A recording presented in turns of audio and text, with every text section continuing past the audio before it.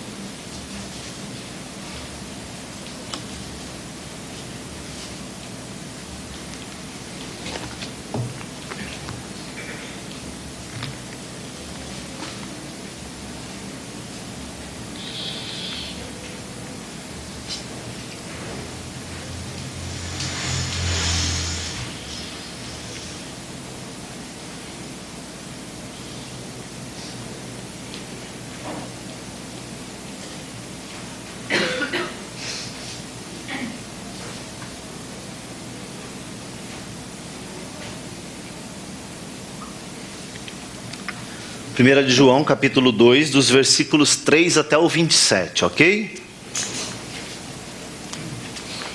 É um texto longo,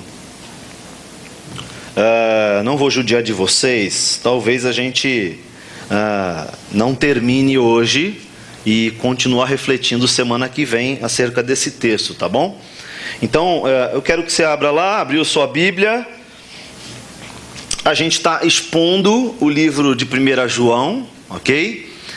O que é uma exposição? É você, além de começar do primeiro versículo do livro, ir até o final, tá? Você ainda apresenta quais são as intenções do autor, para quem que ele está escrevendo, qual era o contexto social da época, enfim. A gente entende o que o autor está escrevendo, qual é a intenção do autor ao escrever aquilo. Depois de compreender, a gente faz uma aplicação para a nossa própria vida, ok? Então a gente vai seguindo, cursando aí, seguindo o texto sequencialmente. Então, semana retrasada, a gente iniciou ali o comecinho do capítulo 1, né? Falando de uma responsabilidade que João está falando que ele tinha, e que vinha de Jesus para os apóstolos, né? E que essa responsabilidade era muito maior do que simplesmente pregar o evangelho. Tinha a ver com viver esse evangelho, né? Então eles ouviram, viram um testemunho em Jesus de tudo aquilo que ele fez, inclusive da sua morte e ressurreição, e após isso não só viram, mas eles puderam perceber isso concretamente, né? Ele usa a palavra, nós tocamos com as nossas próprias mãos, né?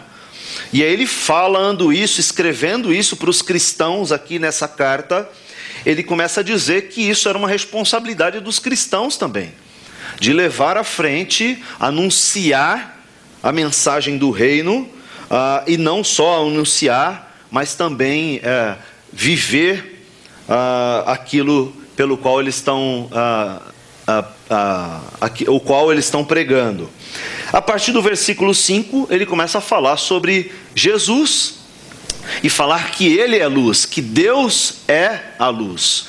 E ele está enfatizando isso, a gente viu semana passada, justamente porque o grande grupo que eles combatiam, vocês viram nas outras semanas, era o grupo gnóstico, né?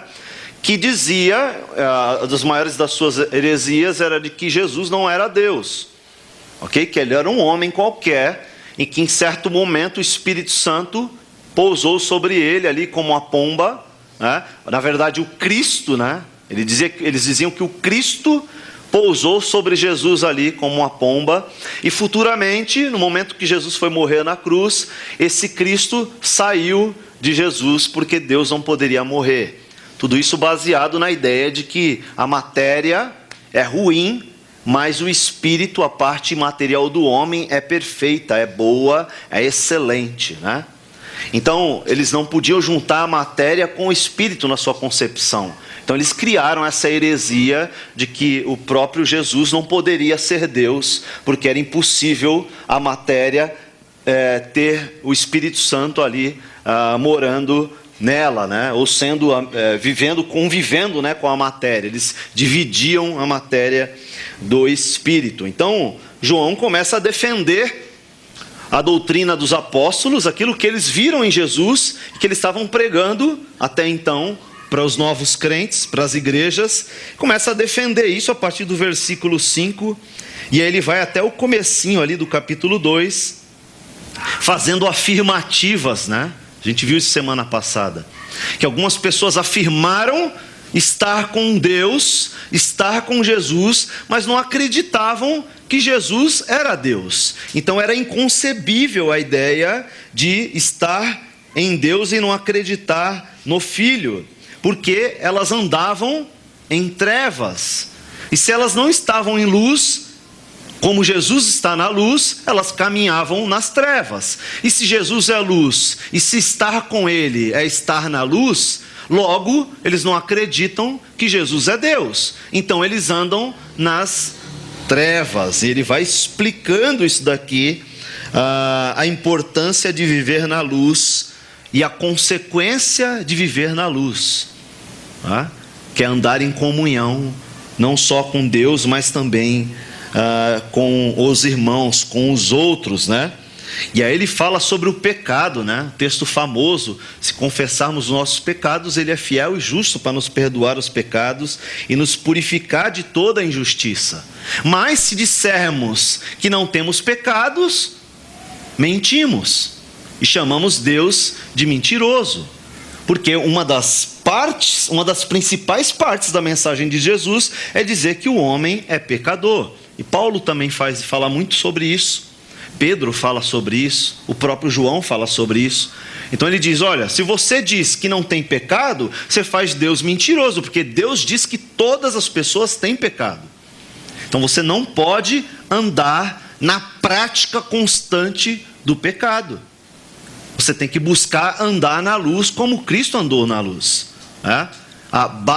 Debaixo da influência da mensagem da eternidade, da mensagem da transformação de vida, da mensagem de ser uma nova criatura, né? Da proteção e das consequências, das boas consequências, das excelentes consequências de tudo aquilo que Cristo fez na cruz pelos os crentes, né? Por aqueles que se converteram, aqueles que estão em Cristo. Então ele fala: olha, é incompatível dizer que está com Deus e andar em caminhos escuros, andar em caminhos de trevas, né? E aí a partir desse texto aqui, João vai falar de conduta. Ele vai falar de uma conduta que está relacionada à comunhão que você tem com Deus. Então, vamos pensar: se Deus enviou seu Filho e Ele morreu na cruz, lá atrás, isso gerou comunhão, me aproximou de novo dEle, né? Restabeleceu a separação, né? Restabeleceu o relacionamento que havia entre o homem e Deus, ou criou essa possibilidade do relacionamento do homem com Deus ser restaurado, tudo em virtude do que Cristo fez na cruz. E ele começa a falar sobre isso no capítulo 2, a partir do versículo 3. Ele diz assim, ó: e sabemos, vou ler até o versículo 11 primeiramente: sabemos que o conhecemos se obedecemos os seus mandamentos. Percebe que ele está falando de uma comunhão que existe com o cristão, que tem a ver com aquilo que Cristo fez na cruz, que não é algo que está no poder do homem, é consequência da justificação, do perdão, da salvação conquistada lá na cruz por Jesus Cristo. Não poderíamos fazer nada para nos aproximarmos dele. No Antigo Testamento, a teologia do Antigo Testamento diz assim, que o que faz separação entre o homem e Deus são os seus pecados. No Novo Testamento, Paulo fala assim, que não há mais nada que possa separar o homem de Deus. Nada.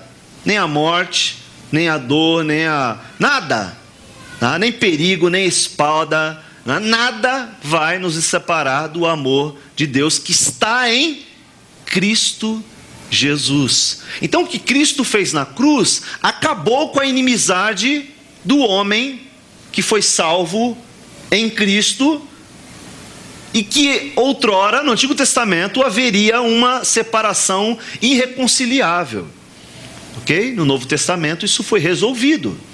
Então o homem está novamente o homem convertido, o homem que creu em Cristo, o homem que olhou para a cruz e falou: sim, é isso, no poder de Deus, né? Porque até para fazermos isso, até para reconhecermos isso, Cristo precisa tocar em nós primeiro.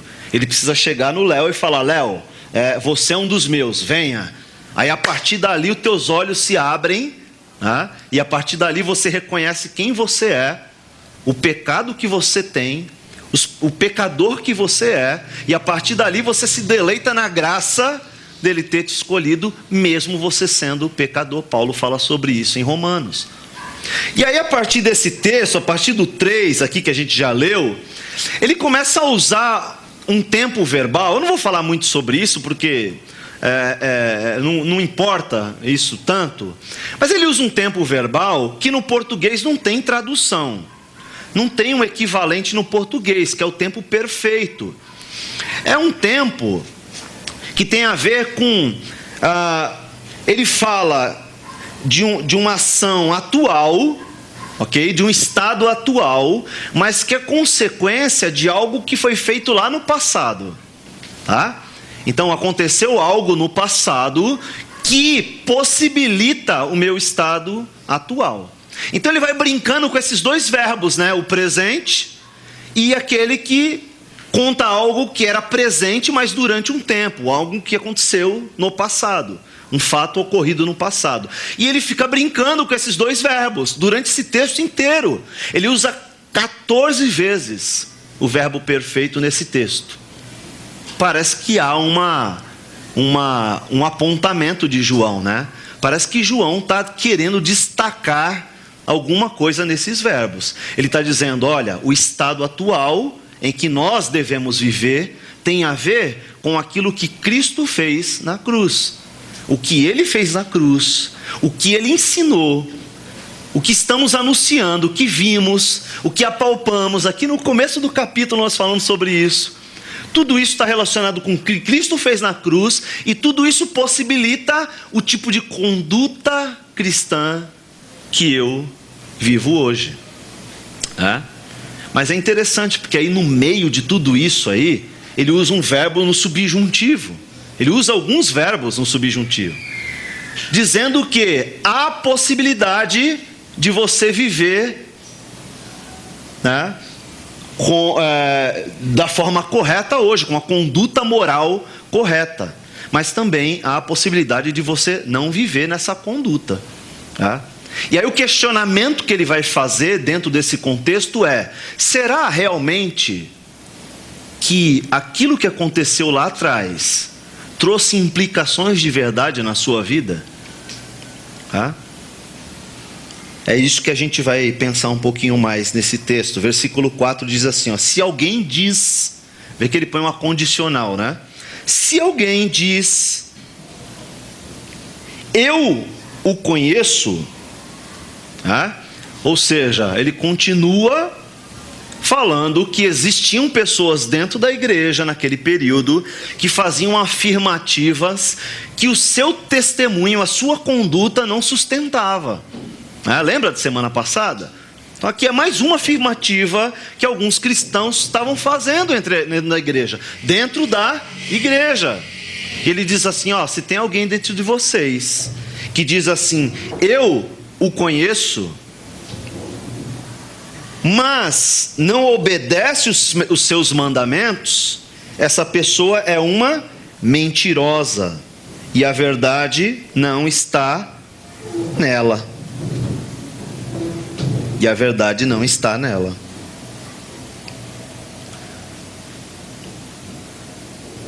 Quem é a verdade? a Bíblia fala que Jesus é a verdade. Aliás, ele diz: eu sou a verdade. Se ele é verdade e a verdade não está nessa pessoa, não há verdade só de pronunciar coisas verdadeiras, mas ele está fazendo uma brincadeira com essa palavra, dizendo: olha, aquele que diz que conhece a Deus, mas não anda segundo a sua vontade, fazendo a sua vontade constantemente, hoje, essa pessoa é uma mentirosa. A verdade não está nela. Mas quem obedece à palavra de Deus mostra que o amor de verdade, o amor que vem dele, está hoje se aperfeiçoando em sua vida. Desse modo, sabemos que estamos nele. Quem afirma que permanece nele deve viver como ele viveu. Como é que Jesus viveu? Puxa, então ele está trazendo umas implicações importantíssimas para a vida do cristão hoje, hein? Bom, então a pessoa que não está vivendo nesse processo de aperfeiçoamento, que é constante, né? Como Cristo viveu, dependente de Deus, dependente da palavra de Deus, submisso à vontade de Deus,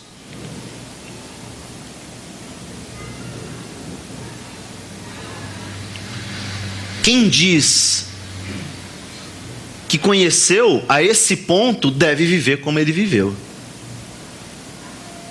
Deve viver como ele viveu, em total sujeição, em total foco na vontade de Deus para a sua vida. Amados, não nos escrevos um novo mandamento, mas um antigo, versículo 7, que vocês têm desde o princípio. É a mesma mensagem que ouviram antes. E, no entanto, também é um novo mandamento, cuja verdade ele demonstrou e vocês também demonstram, pois a escuridão está se dissipando e a verdadeira luz já brilha. Se alguém afirma: estou na luz, mas odeia o seu irmão, ainda está na escuridão. Interessante, né? Porque agora ele estende o caminhar na luz, não só no relacionamento com o próprio Deus, ele estende para o relacionamento com o irmão, né? Então, como é que você pode amar a Deus que você não vê, se você não ama o teu irmão que você vê? Então tem alguém que diz assim, tem alguém que vai dizer assim: bom, eu perdoo o irmão, mas é ele na dele, eu na minha agora. Eu amo o meu irmão, eu perdoo o meu irmão, mas eu não quero papo mais. Quantas pessoas, queridos, hoje em dia troca de igreja por problema de relacionamentos? A gente vai se escondendo e vai se embaraçando cada vez mais dos nossos próprios pecados, né? A gente vai deixando para trás um monte de coisa que você vai arrastando na tua vida, e a Bíblia chama muitas delas nem de pecado, chama de embaraço, né? Tem coisas que são embaraços, que você não resolveu direito, né? Que você vai carregando na tua vida, e você vai deixando um inimigo aqui, um problema acolá, é um chefe que você manda para o inferno, e você vai embora, e pronto, ficou um lastro lá na história daquela pessoa de um mau testemunho, né? É um vizinho que você briga constantemente por causa do som da casa dele. E às vezes você tem até razão, mas é uma série de coisas que você vai carregando. Pessoas ficando para trás, né? Relacionamentos ficando para trás, né? Situações ficando mal resolvidas para trás. Talvez tenha um ente, um familiar, um irmão da própria igreja que você não fala, porque aquele irmão passou por você e não te cumprimentou, ou porque ele não te convidou para ir jantar na casa dele. Enfim, a gente vai guardando uma série de mágoas, né? E ele faz um alerta aqui: se a pessoa que afirma estou na luz, mas odeia o seu irmão, ainda está na escuridão. Quem ama seu irmão permanece na luz, e não leva outros a tropeçar. Sabe que a maior dificuldade, a maior luta de um pastor é cuidar dos novos convertidos, para que eles não se escandalizem com os velhos convertidos. É a nossa maior dificuldade. Gente, não é separação, não é casamento destruído, não é nada disso. Não é filho que vai para as drogas, não é nada disso. A nossa maior dificuldade é justificar o mau testemunho dos irmãos mais velhos na igreja. É a maior dificuldade. Então a gente fica tentando blindar o irmão novo convertido, porque volta e meia, pastor, mas a Bíblia não está falando para fazer isso, mas por que acontece isso? Aí você fica, vai lá e cai, fica blindando, fica tentando proteger, porque a Bíblia nos alerta sobre isso. Aquele motivo de escândalo, não escandalizei os vossos, não provoquei escândalo, tropeço para outra pessoa. Justamente o contexto está falando de novo convertido, falando de novo convertido, Sabe aquela história de não usa bermuda que você vai escandalizar o irmão mais velho? Não, isso não tem nada a ver com a Bíblia. Está falando de escandalizar uma pessoa mais nova, Então a gente tem que ficar cuidando. A nossa maior dificuldade é manter um discipulado, manter a pessoa firme com Deus e passar por esse tempo difícil dela conseguir enxergar um irmão mais velho, conseguir enxergar os pecados dessa pessoa e ela entender que a outra pessoa também está num processo. Eu acho que é o tema mais difícil, pelo menos para a gente aqui. Mas quem odeia o seu irmão, versículo 11 diz, ainda está na escuridão e anda na escuridão. Não sabe para onde vai, pois a escuridão o cegou. Agrava ainda mais, um pouquinho mais ainda. Bom, a gente tem nesse texto, até o final do versículo 27, somando o texto de semana passada, uma estrutura que vai nos trazer luz, nos vai ajudar a compreender esse contexto todo, tá bom? Então essa estrutura chama quiasca, ela é muito usada no hebraico, muito usada no grego, acho que no latim, se eu não me engano, também é muito usado. Como que funciona essa estrutura? Essa estrutura funciona da seguinte forma: ele traz uma ideia, certo? Faz uma ideia e um contexto, depois ele destaca uma ideia mais importante, confirma essa ideia importante, depois ele volta a falar da primeira ideia do começo do texto. Então é uma forma literária, não é algo que a gente inventou, é uma forma de escrita mesmo. Então ele usa um contexto lá em cima e repete o mesmo contexto embaixo. E aí no meio desse contexto ele destaca qual que é o assunto principal desse texto. Então olha lá, primeira parte ele vai falar da importância de se evitar o pecado, e disso a gente falou semana passada, A presença do mesmo é incompatível com a natureza de Deus, não há comunhão. Viver constantemente no pecado e andar com Deus, não há comunhão. É por isso que ele mandou o Filho, para restabelecer o relacionamento que havia sido rompido com o pecado lá no Jardim do Éden. Os hereges diziam que era possível a comunhão com Deus, mesmo com caráter moral torto.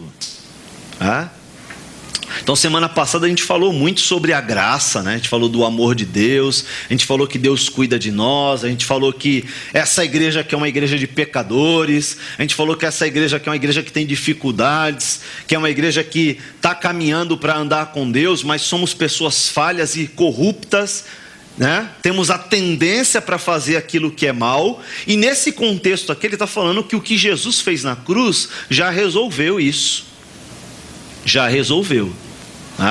E agora está resolvido, então vamos pecar cada vez mais para que a misericórdia e a graça do Senhor superabunde? Não, Paulo fala de jeito nenhum, porque aquilo que foi feito no passado traz consequências importantes para o presente. O estilo de vida que vivemos hoje tem total relação com aquilo que Cristo fez na cruz, né?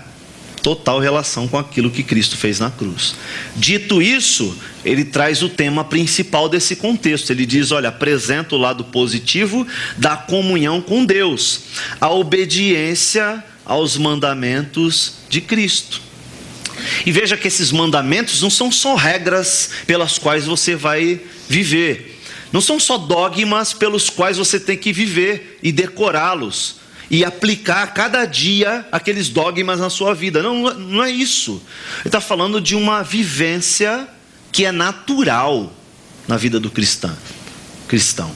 O cristão, naturalmente, ele se incomoda com o seu pecado. Naturalmente, ele luta para se afastar cada vez mais dos seus próprios pecados, né? Naturalmente, o cristão, ele vive na prática do amor, né? E o amor naquele período era um sinal, né? Um sinal desse novo tempo do relacionamento de Deus com o homem, né? Então, no próximo trecho, ele repete, olha lá, o mesmo tema. Ele fala, olha, ele exorta os seus leitores a evitar os erros do herege, né? Qual que era o erro dos hereges? Era dizer que Jesus não era Deus, por isso não precisava praticar os seus mandamentos, né? Então, aí ele faz uma relação de uma coisa com a outra. Depois, principalmente o seu estilo de vida egoísta e mundano, tá? Então ele fala, olha, tomem cuidado porque tem pessoas dentro da igreja de vocês que estão vivendo esse estilo de vida corrupto, mundano, tá? Egoísta, tá? Isso não faz parte do amor que vem de Deus. Olha lá, sufocaria o amor a Deus, tá? Então ele faz um comparativo, né? Em viver uma vida egoísta e mundana em detrimento de viver pelo amor de Deus. Viver pelo amor de Deus é se relacionar não só com Deus, ter um bom relacionamento com Deus, mas também é amar o seu irmão, se relacionar com o seu irmão, né? Apesar de quem seja o seu irmão, apesar dos pecados do seu irmão. Outro dia, uma esposa disse assim, cansei de perdoar, né?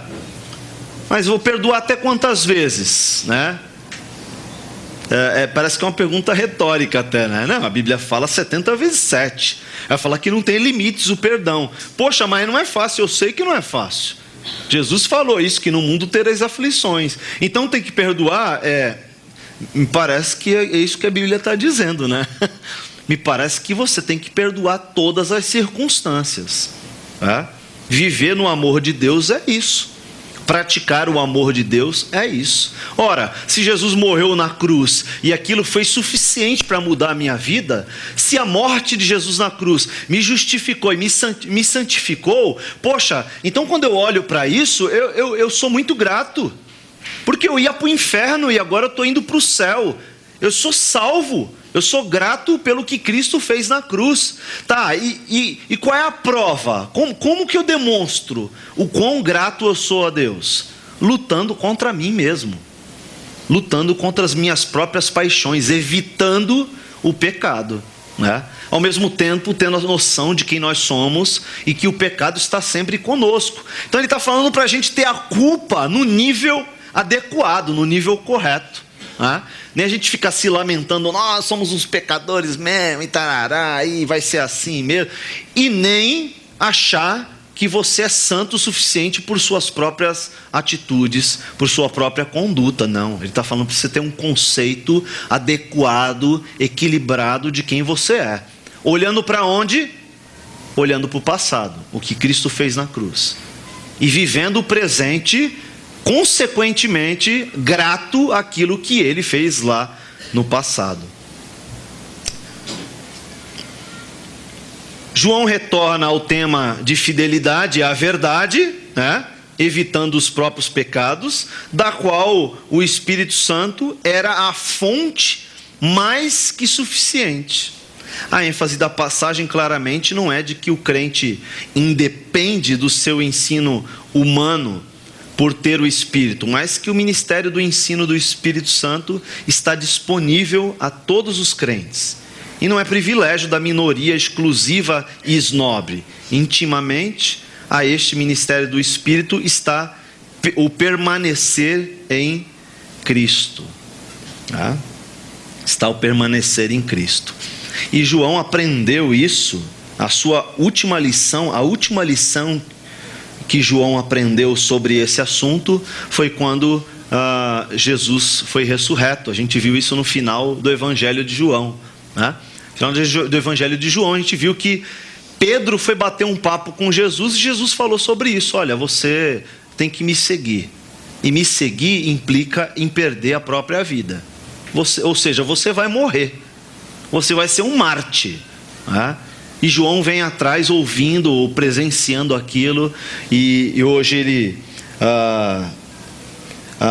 e depois ele vai escrever sobre esse assunto para a igreja e para os seus queridos cristãos ali. Então, contexto geral é isso daí, ó. Contexto geral é isso daí. Então, há os 14 verbos, como eu disse, e aí a gente começa a dividir em tópicos para ficar mais fácil da gente acompanhar e você não se perder diante de tantas palavras, de tantas frases e de um texto comprido, né? Então a primeira parte de todo esse texto até o versículo 27, a gente diria que é o caráter da nossa conduta guardando os mandamentos. Isso tem a ver com você imitar os passos de Jesus, né? Há uns 10 anos mais ou menos tinha uma pulseirinha, né? O que Jesus faria em meu lugar, né? Muitos jovens usaram essa pulseirinha, uma pulseirinha preta com as iniciais em inglês, né? O que Jesus faria em nosso lugar. Um lembrete para que em toda situação em que a gente está vivendo no dia a dia, a gente se lembre de que Jesus está conosco. E o que Ele faria em meu lugar? Por que caminhos eu devo seguir? Quais palavras devo me lembrar? Quais afirmativas devo fazer? Qual é a fonte da minha busca e da minha ansiedade atual? O texto vai falar que é a obediência. A chave desse texto, a chave do contexto dos apóstolos e dos discípulos e da igreja que João está falando era obediência. Mas parece que a gente não está muito afim a pensar sobre obediência, né? Parece que obedecer hoje ainda existe uma peneira, né? Ainda existe conceitos nossos que a gente administra essa obediência. Parece que a gente negocia com essa obediência em algumas situações, não é verdade? Então, a gente faz isso em todas as áreas da nossa vida, né? Quando os nossos relacionamentos são exigidos, né? Quando a gente precisa ter bons relacionamentos em todas as instâncias, né? A gente negocia com a obediência. Outro dia alguém falou assim: poxa, mas dar a outra face para a pessoa bater do outro lado, isso aí é muito difícil. A vida do cristão é isso aí, é uma vida difícil mesmo, né? Os desafios são grandes, teríamos aflições, né? Obedecer no sentido de pastorear sua família para o homem, é isso aí.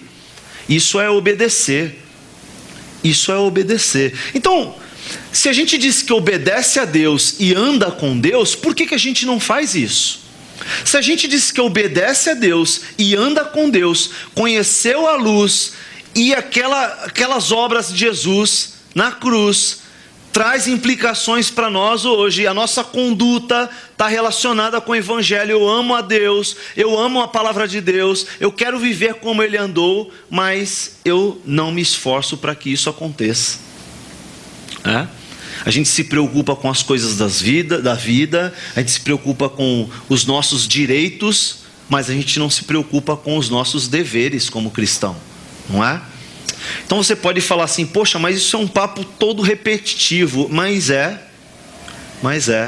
Eu me lembro uma vez que um pastor pregando o mesmo texto, vários domingos, vários domingos, uma pessoa procurou no final do culto e falou, pastor, já fazem várias semanas que o senhor está pregando no mesmo texto.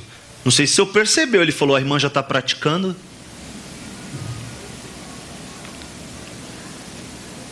Quando será suficiente?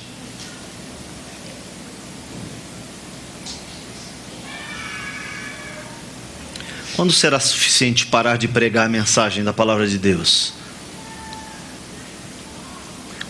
Quando será que isso vai fazer uma diferença tão grande na sua vida, que no mesmo domingo, quando chegar em casa, você vai lembrar da mensagem, e no próprio domingo, ao sair daqui, ao terminar o culto, você vai falar assim, não, peraí, eu preciso mudar isso aqui. Eu preciso me dedicar para mudar nisso daqui. Só que aí começa uma outra semana, uma outra segunda-feira, e a gente passa uma semana inteira sem ler a Bíblia. Gente, tem gente que esquece a Bíblia aqui na igreja. E aí se lembra uma semana depois e fala, puxa, eu fiquei sem a Bíblia a semana inteira. Poxa, mas parece que não faz falta. Não faz falta ter uma Bíblia em casa, porque a pessoa não lê a Bíblia. Não faz falta vir num culto de oração. Ninguém me pergunta assim, pastor, a gente não tem culto de oração na igreja mais. A gente não tem vigília.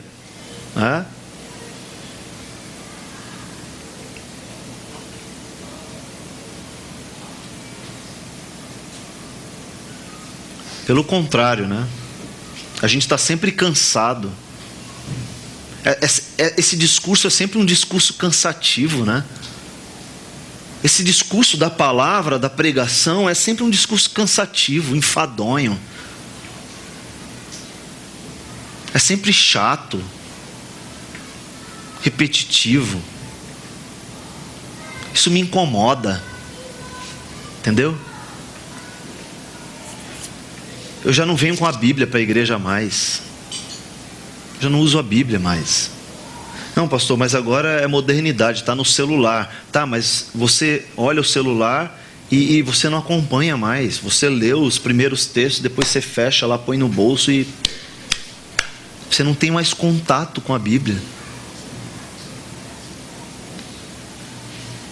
É claro que a sua conduta será a mesma, querido. No processo de santificação, você tem que se dedicar, né? Você tem que se dedicar, como você se dedica no trabalho.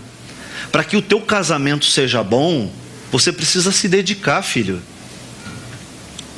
Não vai mudar de uma hora para outra, não. Para que o teu filho seja um filho melhor, e que quando crescer ele não se desvie, a Bíblia já diz o que você tem que fazer. Ensina o caminho para ele, para que no futuro o caminho não saia dele, para que ele tome decisões sábias. Mas isso dá trabalho, né? Isso dá trabalho. A Bíblia fala que nós temos tempo para ser mestres, ensinar outras pessoas, discipular outras pessoas. Mas isso é enfadonho, né? Dá trabalho. Eu dou o dízimo e pago o pastor, ele faz isso.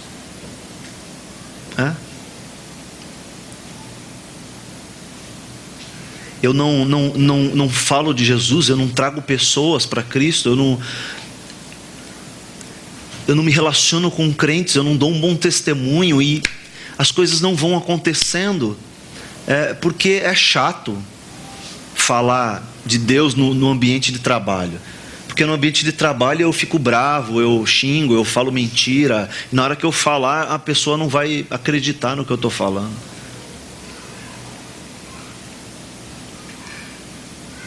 O caráter da nossa conduta tem a ver com imitação. A palavra cristão diz um pequeno Cristo, por causa da obra que ele fez na cruz. As coisas que Jesus fez no passado refletem na minha vida hoje. Só que há a possibilidade de eu viver essa vida de imitação. E há a possibilidade também eu não me esforçar, não querer viver isso, de eu dar um péssimo testemunho. Você é salvo, viu? Você vai para o céu, mas você não se interessa. Você não se interessa pela palavra, por viver essa vida, por ter essa vida de conduta. Uma outra característica dessa conduta é viver o amor. Estava dizendo isso de manhã aqui. Eu fiquei tão orgulhoso da igreja há um tempo atrás, eu acho que semanas atrás, quando os irmãos, os homens, fizeram, tomaram a iniciativa. Tem a parte boa também, viu, gente? Não tem só cajadada, não. Fizeram uma vaquinha para ajudar o irmão que estava na necessidade, E foi legal, gente. Puxa, isso foi um movimento bacana. Depois ajudaram o outro também. E as pessoas vêm agora e procuram, falam: Márcio, tem um outro irmão ali que está com dificuldade. Vamos fazer uma vaquinha. Calma. Porque o pessoal gostou disso, E foi legal mesmo. Eu fiquei muito feliz porque isso aconteceu. Fiquei muito feliz. Isso tem a ver com amor. Isso tem a ver com conduta cristã. Isso tem a ver com imitar a Cristo.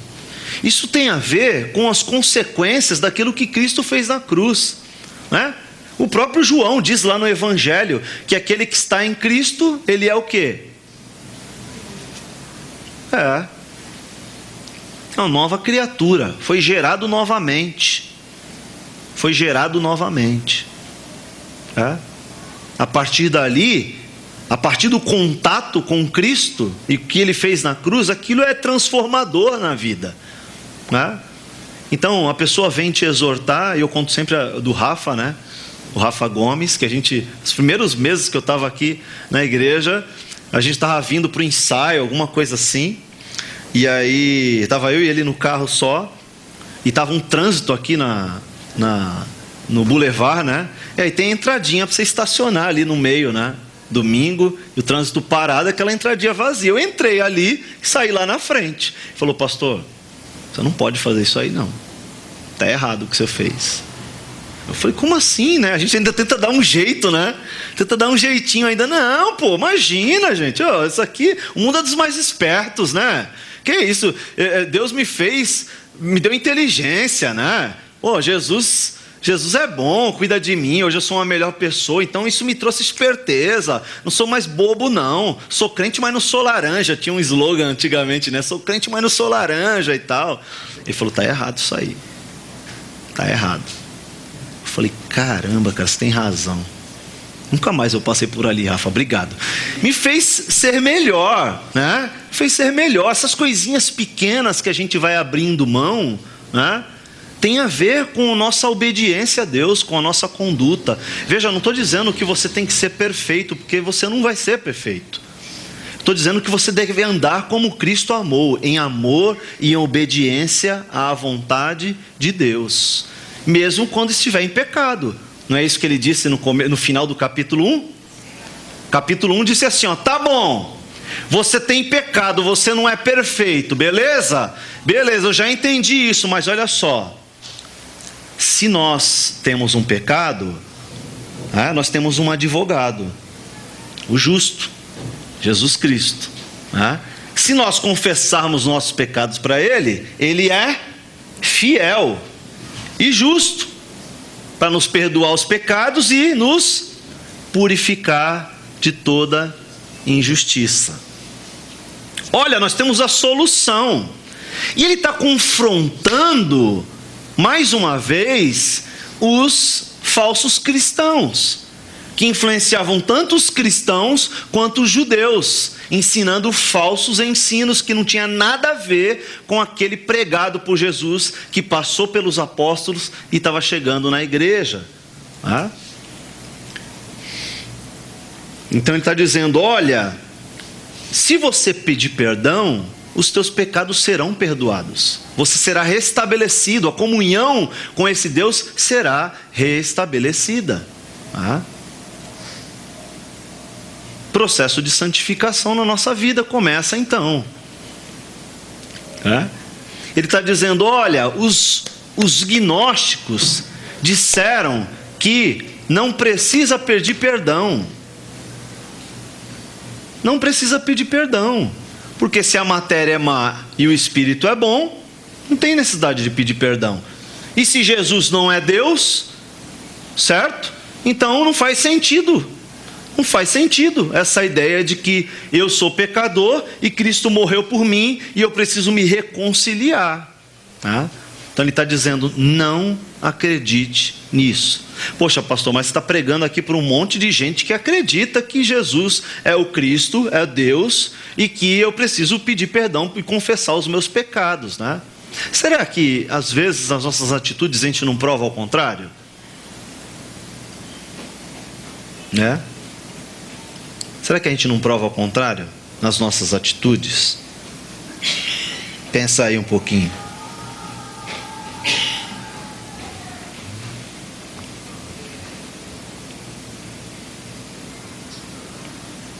João, no Evangelho, capítulo 15, versículo 7, ele diz assim, se vocês permanecerem em mim, e as minhas palavras permanecerem em vocês, pedirão o que quiserem e lhes será concedido. Ele está falando de um relacionamento com Deus, falando da importância de ter o relacionamento com Deus e permanecer em Deus.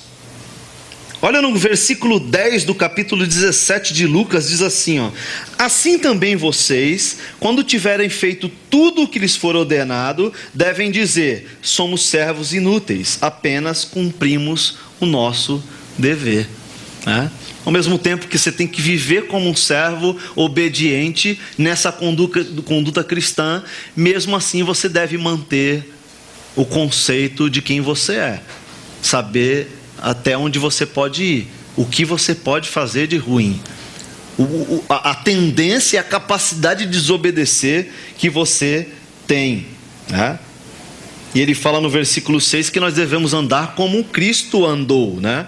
Ou seja, de forma abnegada, de forma humilde. O dicionário diz que é aquela pessoa que age sem interesse, que renuncia às suas próprias vontades em função de uma outra pessoa, ou seja, uma pessoa que é altruísta.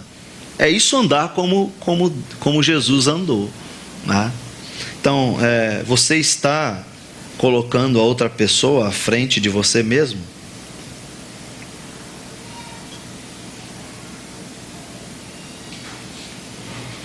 João capítulo 13, ele fala de um mandamento, né, que ele repete aqui no versículo 8, ele diz, um novo mandamento lhes dou, amem-se uns aos outros como eu os amei, vocês devem amar-se uns aos outros, com isso todos saberão que vocês são meus discípulos, se vocês se amarem uns aos outros. João capítulo 12, versículo 35, ele repete essa questão das trevas, né? Ele fala, olha, disse-lhes então Jesus, por mais um pouco de tempo e a luz estará entre vocês, andem enquanto vocês têm a luz, para que as trevas não os surpreendam, pois aquele que anda nas trevas não sabe para onde está indo.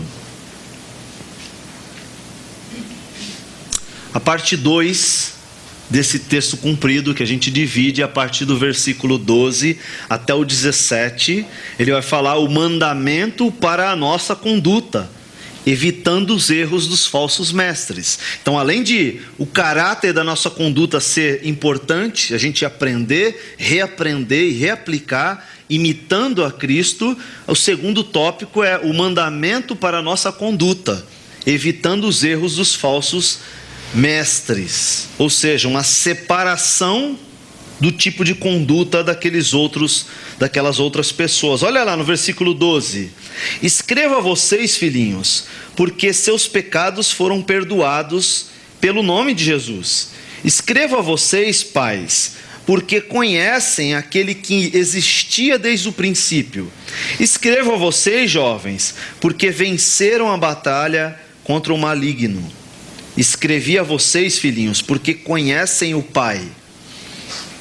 Escrevi a vocês, pais, porque conhecem aquele que existia desde o princípio. Escrevi a vocês, jovens, porque são fortes.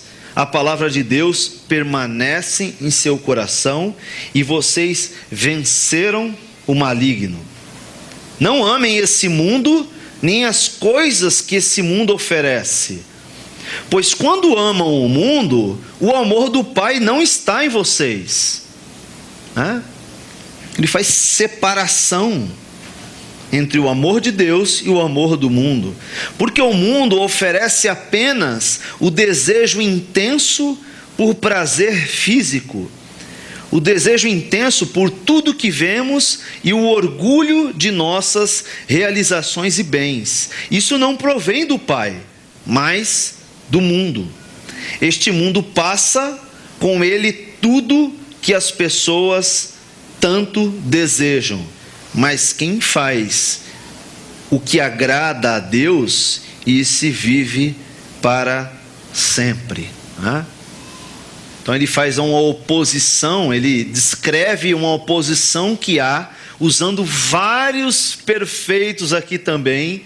Só nesse texto aqui ele usa 1, 2, 3, 4, 5, 6 perfeitos, para mostrar que são consequências, essa vivência em amor, daquilo que foi feito lá no passado. É algo que está vivenciando, algo que é possível se vivenciar naquele momento, nesse instante, mas que é consequência de algo que aconteceu lá atrás. Então ele até repete aqui filhinhos, pais, e os comentaristas dizem que quando ele usa pai, ele está falando dos cristãos mais antigos da igreja. Quando ele diz jovens, ele está se referindo às pessoas mais novas, convertidas. Quando ele fala filhinhos, ele está abarcando, está englobando todos os cristãos ali na igreja, Interessante ele se conduzir agora, dizendo que todos aqueles que são seus ouvintes são cristãos, São cristãos. Porque há pouco tempo atrás ele está falando de pessoas que estão lá no meio que não são cristãos. E parece que Paulo também faz isso em Coríntios, Que ele chama alguns de carnais, Depois eles chamam de irmãos, Ele fala de coisas repugnantes que estão acontecendo dentro da igreja, Fala de judaizantes, pessoas que estão lá dentro pervertendo o evangelho, Parece que João está na mesma pegada, Parece que dentro da igreja haveria pessoas que eram crentes de verdades, que ele conhecia, ele chama de filhinhos, com intimidade. Ele conhece faixas etárias, porque ele chama alguns de adultos na fé e outros de jovens na fé, não só de idade, mas na fé. E parece que ele conhece pessoas que estão lá dentro que também têm dificuldade na aplicação do evangelho, que são pessoas que perseguem o evangelho, A gente, semana passada, contou alguns contos, que historiadores, pais da igreja contavam, acerca de perseguidores do próprio João, Pessoas que queriam matar os cristãos, por causa de um pretenso evangelho distorcido,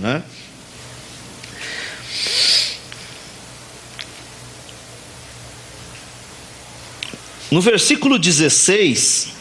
ele diz assim: porque o mundo oferece apenas o desejo intenso por prazer físico. Isso tem a ver com a concupiscência da carne, Então a gente pode dividir esse trechinho aqui, é mais conhecido talvez na linguagem de vocês, quando ele diz a concupiscência da carne, a concupiscência dos olhos e a soberba da vida, Então ele fala da concupiscência da carne, ou aquilo que é próprio da natureza, os desejos carnais, algo que é temporário, algo que é passageiro. Ele diz que a concupiscência dos olhos, ou os desejos dos olhos, aquilo que é bom aos nossos olhos, que é próprio desse mundo, ele diz também que isso é passageiro também, E ele diz ainda mais, ele diz que a soberba da vida também é algo que é passageiro. E a soberba da vida é a presunção, é a ostentação, né? É a vanglória em relação àquilo que você possui, né? Então o mundo fala que você é aquilo que você tem, né? Por mais que seja natural você cuidar da imagem, cuidar de quem você é, tá bonito, botar um sapato bonito, né? Um relógio bonito, fazer a barba, isso é vaidade, é um nível de vaidade importante você ter, né? Um mínimo, né? Mínimo de vaidade para que você se cuide, né? Bem como a ansiedade, né? Você precisa ter um mínimo de ansiedade para você acordar de manhã na segunda-feira e ir trabalhar. Puxa, eu tenho que pagar minhas contas. Puxa, começou o mês. Puxa, preciso trabalhar, acordar. Você acorda atrasado, gera aquela ansiedade louca, você sai correndo, você não perde o ônibus, perde o fretado. Essa ansiedade saudável, tá? A Bíblia fala para você não andar ansioso. É diferente, você viver submisso a uma ansiedade, né? Puxa, tô com medo que o meu salário não vai dar, estou com medo de ficar doente, não, meu filho não pode sair na rua, porque ele pode pegar uma virose, vai que esse furacão que está aí para os Estados Unidos passa aqui em frente de casa e leva meu filho embora. Então tem gente que vive, gera até um pânico, né? A pessoa fica com medo de sair na rua, não, porque é a minha mãe que faz isso, né? Filho, fecha a porta do carro. Quando você sair na rua, olha para os dois lados, né? Filho, entra no carro, põe o cinto e acelera e sai correndo. Cuidado com ruas escuras, fecha o vidro. É um medo do mundo, é um medo. A vê da Atena todo dia, né? Vê da Atena todo dia, morre de medo de bandido. Macho, aí em São Paulo não é perigoso, não. Porque eu vejo todo dia assalto, morte, sequestro e tal. Mãe, calma, mãe. Calma, confio em Deus, eu tomo as precauções necessárias e o resto fica por conta de Deus. Deus cuida de mim, né? Então essas necessidades iniciais, né, de se cuidar, de tomar conta e tal, isso é algo saudável. Mas a gente não pode entrar num viés de se preocupar em extremo com as coisas dessa vida, né? Poxa, e se eu for mandado embora? Então eu não parcelo, não financio uma casa com medo de ser mandado embora. Então aí eu tenho que, meu filho é recém-nascido, então eu estou preocupado com a universidade dele, quando ele completar de 17, 18 anos. Então eu já estou fazendo uma poupança, porque eu estou com medo de chegar lá, eu perder o emprego e não ter dinheiro para pagar uma faculdade para ele. Gente, é uma loucura. Não, parece que vai ficar mais cara a gasolina amanhã. Aí hoje forma uma fila, né?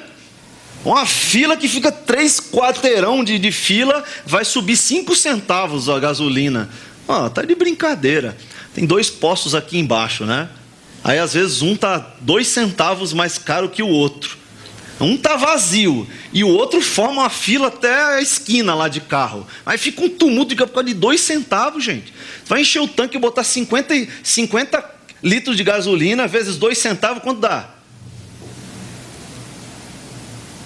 Vai, os matemáticos aí. Dá 10 ou dá R$1? Não sei, gente, sou de humanas. Hã? R$1? R$1, cara. R$1 de diferença de um ponto do outro, você ficar meia hora na fila esperando. Isso é ansiedade demais, isso é preocupação demais. Hã? Não é? Eu estou enganado? Ele fala que essas coisas dessa vida aqui são coisas temporárias, passageiras. Bom, mas a gente sabe de tudo isso, é um discurso cansativo. Como diz o outro, cansa-cachorro, é conversa cansa-cachorro isso daí. Está todo mundo calejado aqui, tá bom, mas a gente já está vivendo? Como aquela senhorinha lá, né? Se isso aqui é tudo temporário, por que a gente se apega tanto a isso aqui? Se a palavra de Deus é tão importante para a gente, por que a gente não coloca importância? Diz um sábio chinês, né, que o importante é o que importa. Um sábio chinês aí um dia disse isso. O importante é o que importa, né? A gente bota foco naquilo que a gente considera importante. Então, para aquilo que a gente acha que é importante, a gente sempre tem tempo. Não é, Léo? Sempre tem tempo. Então você quer encaixar ali uma aula de inglês na sua vida, né? Se você acha que é importante estudar inglês, você vai achar um horário, você vai achar um tempo. Se você gosta de música e quer estudar música, você vai achar uma horinha ali na tua semana para você estudar música. Se você acha importante, você vai sentar e assistir Gilmore Girls com a sua esposa. Mas você vai reservar um tempinho ali para assistir, né? Se você acha importante, você vai reservar um tempo para assistir um desenho com a sua filha, com o seu filho. Se você acha que é importante, você vai reservar tempo para sair com seus amigos. Mas aquilo que você não considera importante, você não vai achar tempo, né? Então, se você considera que é importante fazer um curso de teologia, mesmo não sendo pastor, você vai achar tempo. Se você considera que é importante vir na escola dominical, você vai achar tempo, você vai conseguir dormir à tarde, Deus vai restaurar o seu sono, você vai conseguir, né? Se você acha que é importante abençoar a vida de alguém, doar alguma coisa que você tem, ofertar, abençoar o irmão na sua dificuldade, você vai conseguir condições para fazer isso. Mas o que você não considera importante, você não vai achar tempo. Gozado, porque as coisas dessa vida, que são temporárias e que a Bíblia chama de soberba, a gente acha tempo. Acha tempo e acha dinheiro, né? Altivez vazia dos apegados. Desculpa, está escrito errado aqui. Altivez vazia de pessoas apegadas às coisas mundanas. Essa é a definição do dicionário sobre soberba da vida. Talvez seja o tempo da gente refletir um pouco mais e repensar que a gente não é tão santo quanto a gente acha que é, né? E a gente também não é tão desgraçado como a gente acha que é. A gente precisa ter um conceito equilibrado, né? Olhando para o que Cristo fez na cruz, entendendo as consequências para a minha conduta de vida hoje. Então a gente tem um caráter na nossa conduta, certo? Um cristão, ele não passa cheque sem fundo dizendo que é pela fé. Ele não faz isso. Um cristão, ele não adultera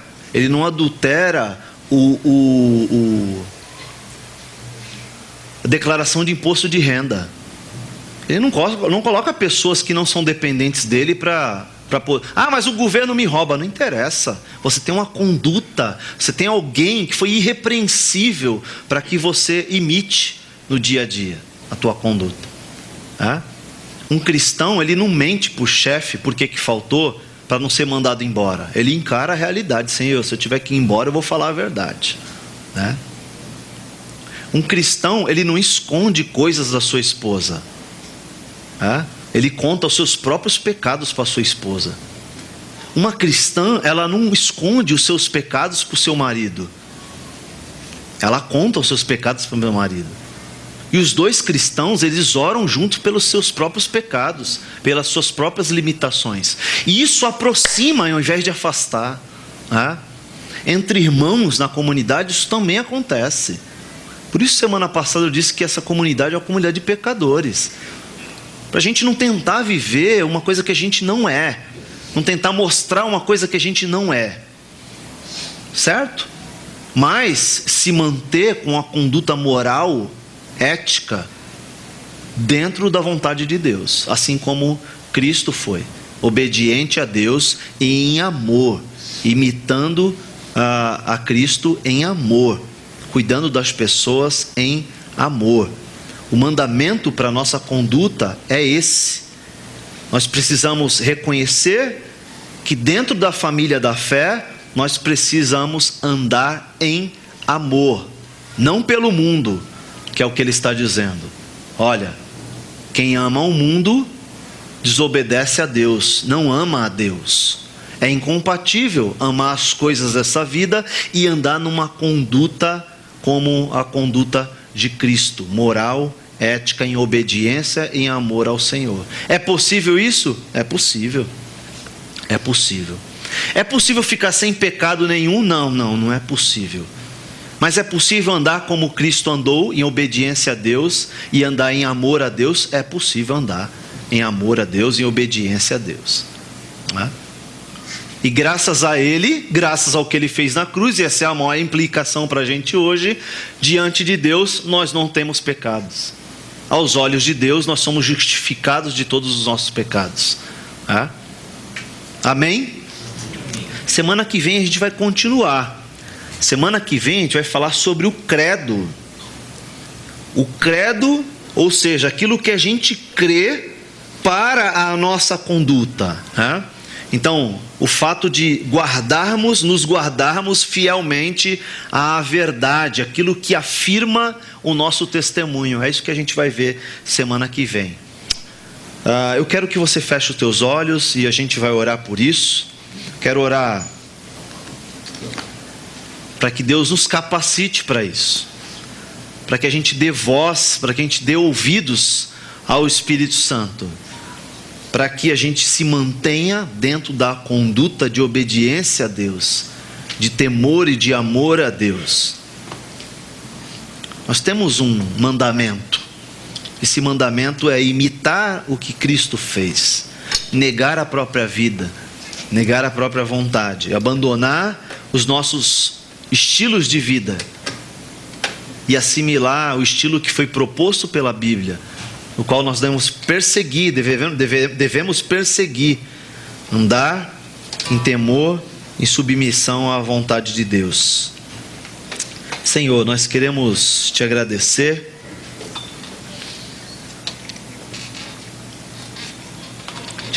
porque tudo que tu fizeste lá atrás, tudo que tu viveste e ensinaste aos apóstolos, o teu exemplo de vida, de morte, de entrega, tudo que tu ensinaste aos apóstolos nos chegou à igreja, e isso foi transformador para nossas vidas, Senhor. Muito obrigado. Muito obrigado porque nós sabemos que somos pecadores, sabemos que se não fosse o Senhor, teríamos um destino de sofrimento no inferno eterno. Mas graças te damos porque teu Filho Jesus morreu em nosso lugar.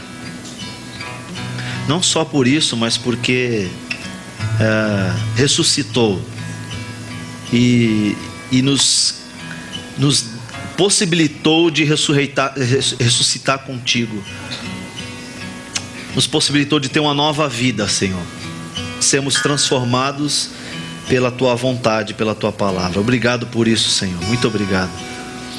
E nessa condição de pecador, de limitado, de reconhecimento, nós percebemos quais são as implicações para a nossa vida, para a vida cristã. E percebemos que a tua palavra nos exige uma conduta, Senhor, uma conduta de vida, uma conduta de amor, nos exige uma conduta de obediência à tua palavra. E nós queremos dizer que sozinho nós não conseguimos, Senhor. Sozinhos nós não conseguimos. Nós precisamos do Senhor. Precisamos da força que vem do teu Espírito Santo. Obrigado porque a gente já tem certeza que nós podemos contar contigo. Podemos contar com o Espírito Santo. E é isso que nos mantém de pé. É isso que nos traz aqui. Queremos te adorar, queremos engrandecer o teu nome, porque tu fizeste tudo aquilo que era necessário para nos salvar, e continua fazendo, nos conduzindo para que andemos nessa conduta de fé. Perdoa porque muitas vezes a gente não se compromete com as implicações do Evangelho em nós. Perdoa, Senhor, mas te agradecemos porque tudo que é necessário para que andemos no centro da tua vontade já nos foi feito. Que usemos da nossa liberdade para viver o Evangelho de verdade na nossa vida, Senhor. Obrigado pela nossa igreja, porque a gente está indo nos caminhos muito bons, Pai. Muito bons os caminhos. Temos muito a crescer, muito a avançar ainda, mas te louvamos porque o Senhor tem sido fiel à tua palavra, ao quem tu és, e isso tem nos feito uma igreja forte, que teme ao Senhor e que busca andar nos teus caminhos. Ajuda aqueles que ainda não entenderam isso, Pai. Ajuda aqueles que ainda não se comprometeram de verdade, não só com a salvação, mas com o Deus da salvação. Não só com os benefícios da salvação, mas também com os deveres da salvação. Também ajuda aqueles, Pai, que aquilo que tu fizeste lá atrás, na cruz, ainda não nos alcançou. Não sei se tem gente aqui que ainda não entregou a vida para o Senhor, que ainda não se comprometeu de verdade, não teve a vida transformada. Faça isso nessas vidas também, Senhor, eu te peço isso. As crianças, cuida das crianças, para que esses tempos que a gente tem aqui de estudo, de aprendizado no ministério infantil, que elas já reconheçam o Senhor como o Senhor da vida delas, Pai. E que elas tenham a vida também, experimentem a salvação e a transformação em suas próprias vidas. Faça isso, Pai. Usa as nossas dificuldades, usa as nossas limitações como cristão, como solteiro, como casado, como pai, como mãe, como avó, como avô.